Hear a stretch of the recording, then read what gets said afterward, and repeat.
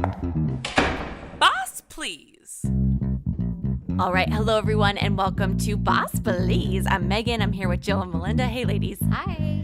Okay. How were we boss this week? I have really fallen off of my fitness game. Preach, girl. Me too. You know, had to cancel the gym membership a while ago because I just really wasn't going, and that was money that I needed. Yep. So I've made it a point every day the past 2 weeks to take a walk during my hour lunch. I work from home, so it's really hard to, be on the couch, and Malynda knows my pain. Sometimes you are at the computer and then you're like, oh my God, I haven't gotten up to pee in 5 hours.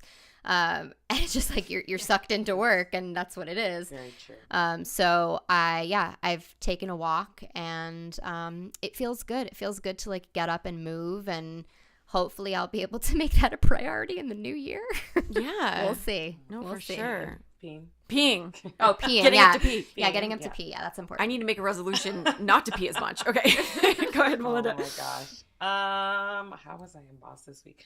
We did our Christmas concert at church that I headed up, so I guess it was successful. Yes. No, that's amazing. I guess. That's a lot to take on too, especially Malynda, during the holidays. I'm sure it was a raving success. It was.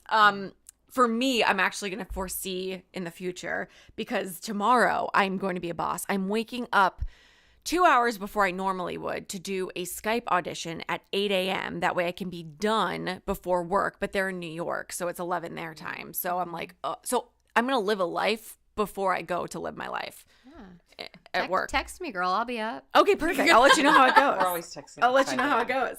I text at 5 a.m. That's my Yeah, thing. you do. So our guest today has been very open with her followers about mental health and anxiety. So let's talk a little bit about working with anxiety and combating our feelings of anxiousness and times that we felt overwhelmed, because that's literally every day. I think that you two have helped me quite a bit with that.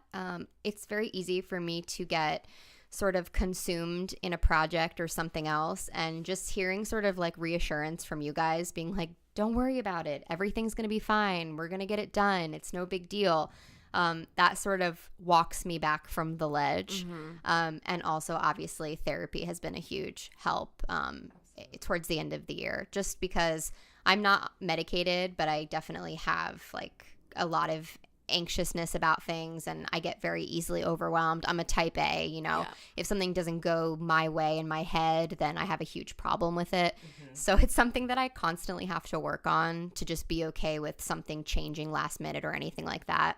But it's really hard, because with all of us in our industry, you have to be okay in front of people. You do. For sure. You have to put on a face, no matter how you're feeling. It's actually funny that you say that, because so I started having panic attacks in high school, and they still happen. I've gotten better, but I've been out with Jill. We couldn't go to a theater thing one night because I was having such a panic attack. And sometimes you don't know why. People that don't understand anxiety, they'll be like, well, what are you anxious about? Sometimes I don't know. It's not anything in particular. I'm just my heart is racing. I'm sweaty. I feel ill. But I don't know why. And it's interesting that you just said that, because I would do a live Pretty Little Liars after show. And every time we'd go live, I'd get an instant panic of oh my God, what if I throw up live on the air? I don't know why I had this anxiety. I have a emetophobia. It's a fear of throwing up. And we were doing the Riverdale after show, and I literally was so uncomfortable. I had to tell Sinead and Ashley live on YouTube, you guys, I'm actually having a panic attack right now. And they literally talked me through it on the air. And I was like, I'm so sorry. I might have to get up. I think my fear was coming from me having to get up to leave without an explanation. So it actually made me feel better telling them and telling the viewers, hey, listen, this is how I'm feeling. And if you see me get up and walk off camera and take off my mic, this is why. And knowing that I could do that helped me calm down. But you're right. You have to put on this front, but sometimes it's okay to say something, because it's very relatable. Yeah. I am medicated for anxiety. I have been since high school, and it's hey, I'm for it if you need it, and if you don't need it, then that's great too. What about you, Malynda? I don't really deal with anxiety that much. I just try to honestly remove the things out of my life that will make me stressed, and then I deal with it in that way, but I'm a very like prayerful person and just like to take time for myself so I can keep that anxiety away as much as possible. But it's not something that I've really ever suffered with, to be honest. Mm-hmm. What about like putting yourself in an overwhelming situation? Like, have you ever felt like you were in over your head? Yeah, sometimes, but that's when I realize, okay, I need to cut something out of my life, Right. and and trim the fat, so to speak. So, yeah, I've definitely taken on too much at one point, and maybe not done the best job that I thought I could have done because I had so much. So that's when I learned it's okay to say no, and it's okay to just not do everything and try to be Superwoman. Have you ever had a panic attack, do you think? I haven't. Have I been with you when you've had a panic attack, Jill? I feel like I've been with you once. No, I generally, I get them in like the weirdest moments. Sometimes I get them driving, but I haven't had one in like almost a year. So it's been really nice. Like whatever I'm doing, I need to keep doing and realize like, okay, like you're in control. But it's funny because I found I have Epstein-Barr virus, which just comes from mono and it like is in your system. And one of the side effects is anxiety. Hey, maybe that's where I got mine. I couldn't tell you. I don't know, but a lot of doctors are finding like links towards things, and I was never an anxious person before I had mono, so it's very weird. But anyway, I'm glad that we talked about this. And if you guys out there suffer from anxiety, depression, feeling overwhelmed, we're here to chat with you. I feel like the world is so big, but it's small enough that we can help. Absolutely. If you need it. So reach out to us on social media and we can offer up any tips and tricks that we have. We're really excited because the next guest that we have runs this great Instagram account called Food with Soy, and she's a creative here in Los Angeles and super fun and really pro mental health, and we're so thrilled to have her and talk to her, so we'll be right back. Hey bosses, welcome back. We are so excited because we have Soy Nguyen in studio, yes, in Jill's kitchen. Welcome, Soy. She's a creative content creator in Los Angeles. She's been involved with community building since 15 years old, creating the largest international community for K-pop artists, Girls' Generation, with over 250,000 members. Since then, she's worked with the likes of Scooter Braun, Frederator Studios, You got it, girl. You got it. Disney, ABC, and more to use her skills in community building with creative work to create content for digital platforms. She also created and maintains her food blog, which has amassed. Wow, Jill, that was or is that your bio? That's I was like, my bio. I mean, I was like, that's a word I've never used before. It's fine. I love Is it. it a real word? Is it in the dictionary? I'm not sure. I'm sure it's a real word. Okay, so amassed over 35,000 followers within less than 2 years and has collaborated with brands like McDonald's, Johnny Rockets, SodaStream, and restaurants around the world to bring awareness about food. Okay, Soy, we're so happy to have you here. Let's talk about how you started Food with Soy. Okay, awesome. Start from the beginning. So I started Food with Soy because I moved here from Florida, Los Angeles, and there really wasn't anything I had going on. I didn't have friends. I was just working constantly. But the one constant thing was like constantly eating out. And in my mindset, I was like, I want to take pictures of food. I want to post it on Facebook and stuff. And then I noticed in LA, there's this weird opportunity where apparently if you post things on Instagram and Facebook and somehow it grows, right? And I was like, let me try to create like a food Instagram account because I saw other people doing it. And then I had like a friend at that time tell me, oh, there's no way you're going to grow it. It's impossible because there's like so many food influencers out there. Like, you're not going to stand out. And I was like, okay, challenge accepted. And from then on, I was like, how do I make my page a little bit different? And most food pages you see on the internet, they kind of focus on oversaturated pictures of food, and which is great. Like I love looking at like food porn is what it's called, right? Like really cheesy things and really like greasy fries and all that stuff. And I love that too. But for my page, I was like, I want to provide like my point of view of food in LA that I really enjoy, right? That's not necessarily sometimes the best looking food, but is the best tasting food. And I featured a lot of that, and then I brought a bit of my personality into my posts, right? Like funny puns and like captions that are really relatable to people, and somehow it organically just started growing. So yeah, that's basically how it started. That's awesome. Yeah. Very cool. Yeah. I love that. How did you continue to build your network? I think, with any other aspect of it, you have to be a part of the community, right? And it isn't just like posting stuff on Instagram and thinking like, oh, it's going to grow because people like me. Right. it's like you actually have to go out there and like work with restaurants and work with other food bloggers and, you know, build that connection with them. And I'm like totally about that. Like my MBTI is ENFP, which is like a very people-oriented personality type. And I was like, I've heard that personality type before. oh really? Yeah. It's known What as does the P stand for? so J and P is at the end of the MBTI, right? Yeah. And P's are more spontaneous. So you're J. You're a J. I'm a Yeah, J. J. Yeah, interesting. J's are more organized with their life and stuff. So for me, I'm like constantly like, oh yeah, you want to go to this food event? I'm like, yeah, I'm down. Like 5 minutes, you know, before it I love starts, that. I'm like down for it. Yeah. Very cool. I love that. So since I've known you, we actually met. Soy hired me off of LinkedIn to do some voiceover work for her, and that's how I've got to know her. Oh, that's great. Way back when, a We couple produced years a show. ago. We produced a show together, and she was my host for the show, and it was a lot of fun. Yeah, it was a lot of fun. A lot of Soy made me read, like, it was 107, right? Yeah, 107 facts. Yeah, about random things. So I know that you've worked a bunch of jobs. Are you at a point now where Food with Soy is providing your sole income, or is that something that you're working towards? Right. So I actually quit my job at Disney a couple months ago. I got back from my trip in Asia. I did like a huge food tour in Asia, did a bunch of vlogging, did a bunch of stuff for my YouTube channel, and I was like, wow, like working at Disney is a great experience. It's my dream job. I've always wanted to work at Disney. But then coming back to a 9-to-5 office job, I was like, wow, this is not fulfilling what I want to do. Like, Preach it, girl. Right? I am there right now, and I Right. can definitely hear what you're like, saying. it's so hard and it's so scary because like it's such a nice security blanket. And I got back from Asia and I was like, you know what? I can't do this anymore. You know, like Good for I you. want to start building my own things, you know. And yeah, I do Food with Soy basically full time now, but I also consult in a lot of marketing stuff for a bunch of restaurants in LA. Great. So I help them grow their social media, work with influencers, also in the food world. You know, it's really a rewarding experience just because like it was something a kid in Florida never thought she could do. You know what I mean? Like working with restaurants in LA that care about what you think and your thoughts, like it's impossible. But yeah, I'm really grateful for that. You know, Feeding your opportunity. passion in many ways. Literally, Yeah. literally feeding my passion. What's been the most rewarding part of your experience? Oh man, I think honestly, it's being able to help restaurants that are kind of like underrated in LA grow.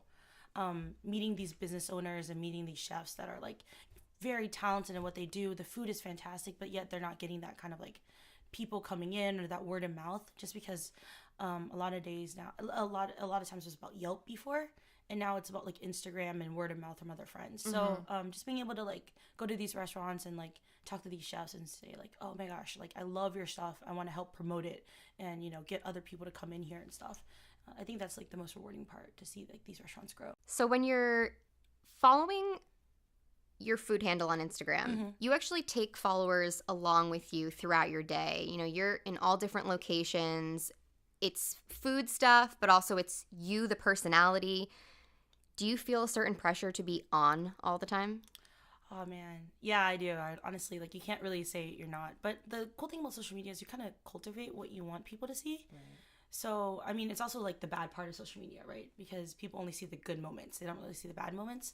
But I'm like pretty honest on my social media handle. If I have like a bad day, I talk to my audience about it, and it's really interesting to see their response. You keep it real. Yeah, I keep it really awesome. real. I think that's what my brand, or who I am in general, not even a brand, who I am in general, is like I'm very authentic to everything I do and everything I, you know, talk about. Like when I'm really passionate about things like face masks and stuff, like somehow, even though I have nothing to do with the beauty world, like if I recommend a face mask, people are like, oh my God, I'm gonna buy it. Thank you for this link, all this stuff. Because I think you can see the authenticity in it. For sure. So yeah, I mean, there's a pressure to keep it on, but at the same time, it's like me. So there's really not a constant like, you know, need to like be over out there or something. It's who I am, you know. So since you are an influencer, That word, I know that that word. word. A crazy word. But who are some people that influence you on a daily basis? Ooh, that's a really good question. Daily, not family related, right? It could be anybody. Honestly. Well, I mean, obviously, I want to do well for my mom, but you know, everyone's gonna say that. But honestly, like I think, surprisingly enough, like the younger generation of creative, you know, producers and things nowadays have been really interesting and inspiring me a lot, because they're a lot more woke. I think that's the word they use nowadays. Than I was growing up. Like they have access to so many resources, and seeing them so passionate about what they do. Like I have a friend, her name is Jessica Vu, or Jessie Lux. She's like 19 years old, just moved here from Florida like a year ago, and she has like half a million subscribers on YouTube. Crazy. Works with like huge brands, and I just see her kind of like grow up, and this is her form of school right now, right? Like she moved here because she got a job, and just seeing like inspiring younger women being able to grow as well and kind of work with them is like really inspiring and kind of like, yeah. That's awesome. Very cool. So continuing with your story, you've been on quite the weight loss journey Yes. this year. So how does a food influencer balance, all of that temptation, I should say, with different foods, but also sharing that with your followers? Yeah. So since January, I've lost around like 40 pounds. Amazing. Yeah. Incredible. And it's like, it's so crazy because I've always thought in my head, like growing up, I'd be really successful. I'd be really smart, but I never thought I could lose weight. Like that's been one of the biggest triggers ever since I was a kid. I was like that chubby kid that loves soda and all these like bad junk foods growing up. And also the older you get, you feel like it's harder to do. It's definitely harder. Yeah. Because like things like your schedule and you make tons of excuses for yourself. And being a food influencer, even harder because you have access to some of the best foods at any point at any time. People are like, can you come in, try my new blah, blah, blah recipe? And I'm like, oh yeah, of course. And then you come in and then next thing you know, you tried the whole menu. Yeah. Right? But I think like the biggest turning point for me was around January. I told myself it's a choice, right? Like everything I do is a choice. Instead of thinking like, oh my God, I won't be able to eat at this restaurant ever again.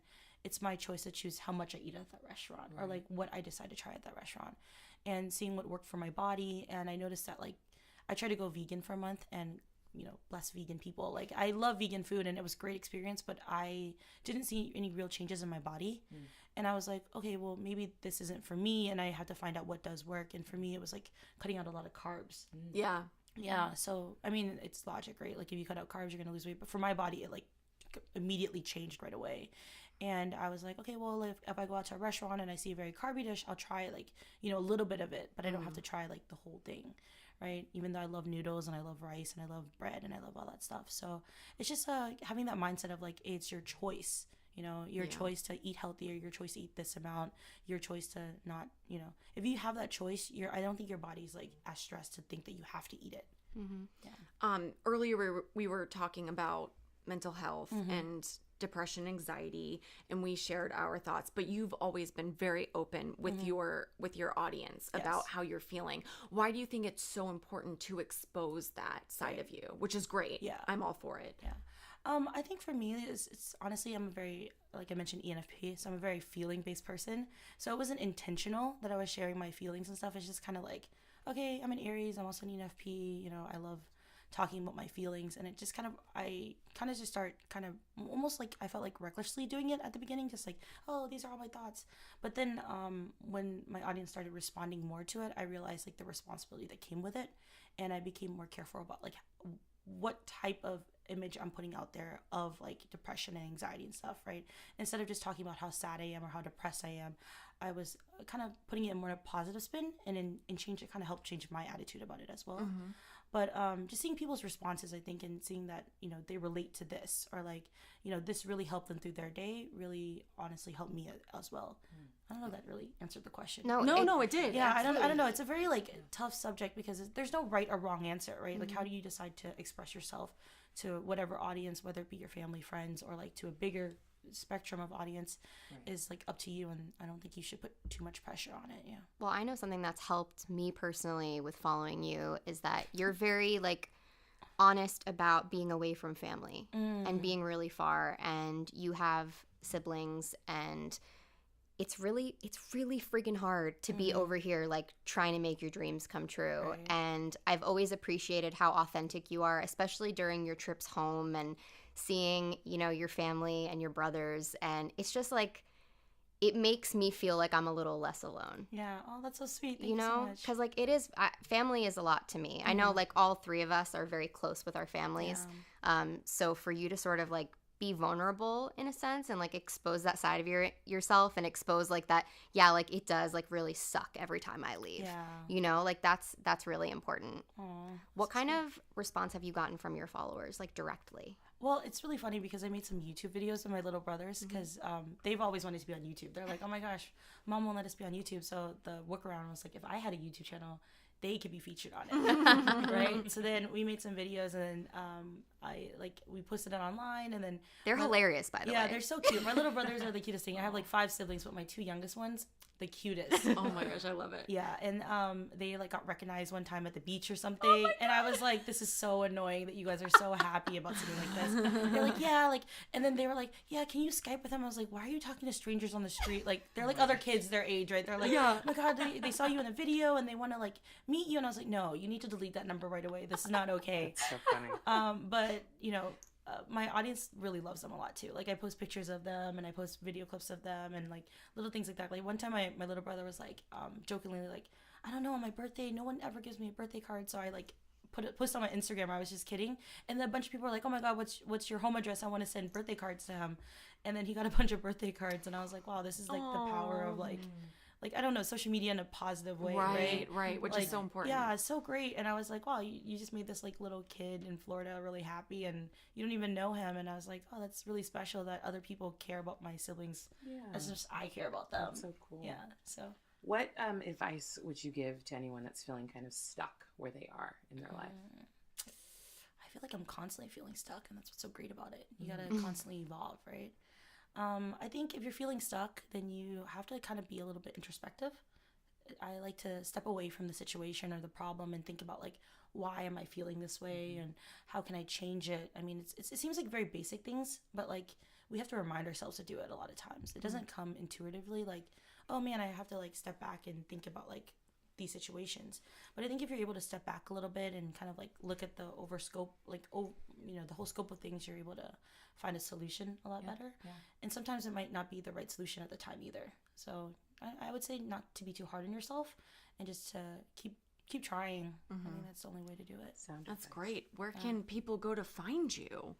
They can find me on the internet. Yeah. What's everywhere? Your at my handle. house. At my house. I'm at my house now. I'm just kidding. Food with Soy for my Instagram account, and then for my YouTube channel, it's Made with Soy. Great. So everything's with soy. So fantastic. Because everything's better with soy. Yeah. 100%. 100%.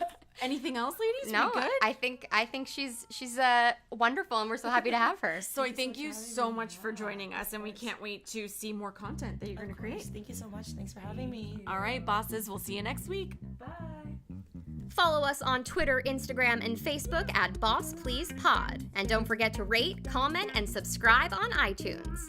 Navigate the path to your best self with us, because bossing together is always better.